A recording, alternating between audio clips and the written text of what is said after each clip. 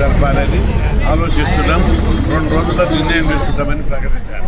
ఈ సందర్భంగా ప్రభుత్వానికి మరోసారి విజ్ఞప్తి, మీరు ఎలాంటి కోట్లాడలు ఒత్తిళ్లు అని ఆలోచించకుండా చట్ట ప్రకారం బీసీలకు 42% రిజర్వేషన్లతో ఎన్నికలకు వాళ్ళకి చెప్పింది. ఎందుకంటే ఇన్ని రోజులు ఆగిరు 1 ఇయర్. అసెంబ్లీలో బిల్లు పాస్ చేశారు. రాజ్యాంగం ప్రకారం 243 D6 ప్రకారం జీవో జారీ చేశారు. అట్లాంటప్పుడు ప్రభుత్వానికి ఈ కేసు చాలా బలంగా న్యాయంగా ఉంది, బలమైన కేసు. ఎందుకంటే ఇతర రాష్ట్రాల్లో జనాభా లెక్కలు చట్టపరమైన అవరోధాలు ఉన్నాయి, న్యాయపరమైన అవరోధాలు ఉన్నాయి. ఇక్కడ చట్టపరమైన న్యాయపరమైన అవరోధాలు, రాజ్యాంగపరమైన అవరోధాలు వేయలేదు. రాజ్యాంగం ప్రకారం జీవో తీశారు, అసెంబ్లీలో చట్టం చేశారు. అదేవిధంగా న్యాయపరమైన అవరోధాలు తొలగిపోవడానికి జనాభా లెక్కలు చేశారు. దాని ప్రకారం 56% జనాభా ఉంటే 42% రిజర్వేషన్ ఇచ్చారు.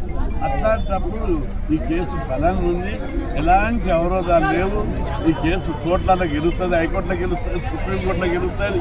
ఎవరు అడ్డం వచ్చినా వదిలిపెట్టేది లేదు. ఇది తమాషా అయిపోయిందా? బీసీలకు ఇచ్చే ప్రతిదాన్ని కోర్టులు కొట్టేస్తాయి. ఎట్లా కొట్టేస్తుందో చూస్తాం. న్యాయం ఉంది మా వైపు, న్యాయంకే తీర్పులు వస్తాయి. కాబట్టి కోర్టుల ఇక్కడైనా ఎక్కడైనా ఎప్పుడైనా బీసీల పక్షాన న్యాయం వస్తుంది. అందుకే ప్రభుత్వం వెంటనే స్పందించి చట్ట ప్రకారమే రిజర్వేషన్లు కోర్టు జడ్జిమెంట్ వచ్చిందా కాదు, లేదంటే ప్రముఖులైన అడ్వకేట్లను పెట్టి దీన్ని ముందుకు తీసుకోపో. సుప్రీంకోర్టులో కొట్లాడదు, హైకోర్టులో కొట్లాడదు. ఎన్ని రోజులు అన్యాయం చేస్తారు బీసీలకు? అరే రిజర్వేషన్ల సిద్ధాంతం లేనటువంటి ఈబీసీలకు 10% లెక్కలు లేవు, జనాభా లెక్కలు లేవు, ఏమి లేవు. వాళ్ళకేమో 10% ఇచ్చావు. అరే లెక్కలు ఉన్నాయి, సిస్టమ్ ఉంది, రిజర్వేషన్ల సిద్ధాంతం. దీనికి 50% సీలింగ్ కూడా వర్తిస్తారు. ఎందుకంటే 56% జనాభా ఉంది. రెండవది మండల్ కమిషన్లో సుప్రీంకోర్టు మాట చెప్పింది, జనాభా లెక్కలు ఉంటే పెంచొచ్చాలి. ఇంకోటి కూడా అన్నది, సిద్ధాంతపరంగా ఎవరి జనాభా ఉంటే వాళ్ళకి ఇవ్వచ్చాలి. అన్ని అవరోధాలు జరిగిపోయినాయి. కాబట్టి ప్రభుత్వం తప్పనిసరిగా చట్టపరంగా 42% పెడితే ఓకే, ఆ విధంగా పెట్టడానికి కాకపోతే తగ్గిస్తే మాత్రం వాటి పరంగా పెడితే మాత్రం ఎట్టి పరిస్థితిలో ఒప్పుకోమని చెప్పి హెచ్చరిస్తున్నాం. దీని మీద ఎంతకైనా పోరాడతాం.